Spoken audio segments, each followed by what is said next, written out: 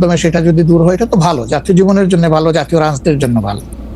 কিন্তু যেটা সকল দলের সাথে আলোচনা করে তিনি একটা টাইম লাইন দিলেন, শুধুমাত্র একটা দলের সাথে আলোচনা করে সেটা থেকে এইভাবে তার প্রকাশ্যে ঘোষণা দেওয়া, যদিও তিনি ডেফিনেটলি বলেন নাই যে রমজানের আগেই হবে, তিনি বলেছেন যদি এই জিনিস ফুলফিল করা যায় তাইলে সেটা আগেও চিন্তা করা যেতে পারে, কিন্তু সেটা ভালো হতো। আমাদের বক্তব্য হচ্ছে ভালো হতো দেশে এসে তিনি তাকে বলতেন যে আমি সম্মানের সাথে আপনার কথা শুনলাম, আমি মনে করি আপনার কথাগুলো লজিক্যাল, আমি দেশে গিয়ে আবার দলগুলোর সাথে একটু আলাপ করবো, করে এটাকে কিভাবে শেপ দেওয়া যায় আমি চিন্তা করবো, আপনি আমার উপর আস্থা রাখতে পারেন। That was good. কিন্তু এটা না করে সেইখানে এটা ঘোষণা দেওয়াটাকে আমরা সঠিক মনে করি নাই। আমরা মনে করি যে ক্ষমতার ভারসাম্য একদিকে হেলে গিয়েছে এবং জাতি একটা রং মেসেজ পেয়েছে, এই জন্য আমরা আমাদের এই পর্যায়ে এটা আমার একটা প্রশ্ন, আপনার কাছে কি মনে হয় পরবর্তী জাতীয় সংসদ নির্বাচন আসলে কোন দিন কোন মাসে হবে? আমি ঠিক এটা জানি না, তবে আমি মনে করি যে এটা এপ্রিল পাড়ি দেবে না কোনো অবস্থায়।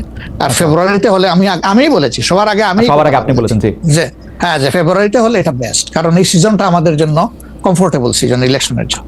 আপনার কাছে কি মনে হয় আপনার মনে কি এরকম একটা সম্ভাবনা আপনি দেখতে পান যে এটা রমজানের পরেও আসলে যেতে পারে? সেই ক্ষেত্রে রমজানের সময় আপনাদের ক্যাম্পেইন করতে হবে। বেশিরভাগ সময় আমরা দেখি যে রমজানের সময় ধর্মপ্রাণ মুসলমানদের অনেকেই আসলে দুনিয়াবি কোনো জিনিসের মধ্যে থাকতে চান না, সেই ক্ষেত্রে ভোটের মানে এখনো কি? আমার মনে হয় যে রমজানে তো আমরা সব ধরনের সব কাজই তো করি, কাজ তো আমরা বাদ দিই না কোনো, রাইট? অফিস আদালত ব্যবসা বাণিজ্য সবই তো করি, খেত খামার যার যেটা আছে।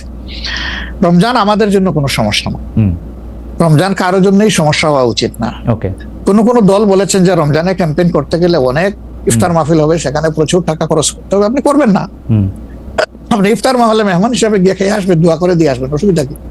আপনাকে টাকা খরচ করতে হবে কেন? ওই সময় তো এমনিও টাকা খরচ করা ঠিক না, শিডিউল ডিক্লারেশন হয়ে যাওয়ার পরে মানুষকে খাওয়ানো ঠিক না। আপনি খাবেন, অসুবিধা কি? দাওয়াত দিলে যাবেন, খাবেন, কথা বলবেন, মিশবেন, হাত মিলাবেন, এটা আপনার নির্বাচনী কাজকে আগাবে, কোনো সমস্যা তো নাই। আপনি কোনটা প্রেফার করবেন, মানে ইলেকশনের ডেট ফেব্রুয়ারি অর এপ্রিল? আমরা তো প্রেফার করে বলেছি বেস্ট হইলো ফেব্রুয়ারি, কিন্তু এপ্রিলে হইলে কোনো অসুবিধা নাই। আমরা মনে করি এপ্রিলে হইলে অসুবিধা নাই, তবে এটা ক্রস করা উচিত নয়। এপ্রিল ক্রস করা উচিত না, কোন অবস্থায় উচিত হবে না। আপনি কি মনে করেন এখন যদি নির্বাচন কমিশন বলে যে তারা ডিসেম্বরে নির্বাচন দিতে চান, তাইলে কি আপনারা আপত্তি জানাবেন না আপনাদের এটা? হ্যাঁ, না, আমরা ওই যে দুই তিনটা জিনিস বলেছি, যে বেসিক রিফর্ম, তারপরে হচ্ছে আপনার দৃশ্যমান বিচার, প্রবাসীদের ভোট ইনকর্পোরেট করা, এই তিনটা জিনিস যদি আমরা মিনিমাম পাই তাহলে ডিসেম্বর কেন, সামনের মাসে হইলে আমাদের কোনো আপত্তি নেই।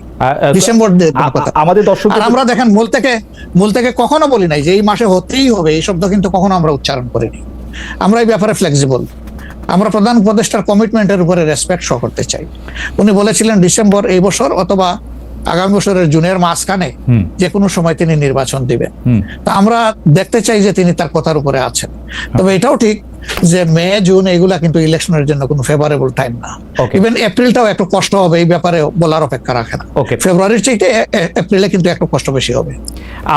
আপনাকে যেহেতু মানে একটু তাড়াতাড়ি, সেজন্য আমাদের শেষ প্রসঙ্গ সেটা হচ্ছে বিএনপির সাথে জামায়াতে ইসলামের সম্পর্ক। আমরা দেখেছি যে আপনি এবং আপনাদের দলের নায়েবে আমির, তারা দুজনেই বিএনপির চেয়ারপারসন এবং ভারপ্রাপ্ত চেয়ারপারসন যারা লন্ডনে ছিলেন তাদের সাথে দেখা করেছেন। দেখা করার পরে আমরা রাজনীতিতে একটা ইতিবাচক সুবাতাস দেখেছিলাম। আপনি এসে ফেব্রুয়ারিতে ইলেকশনের কথা বলেছিলেন। এখন আবার ব্যাপারটা আসলে কোন জায়গায়, মানে জামায়াতে ইসলামী বিএনপি কি পরস্পর মুখোমুখি অবস্থায় আছে?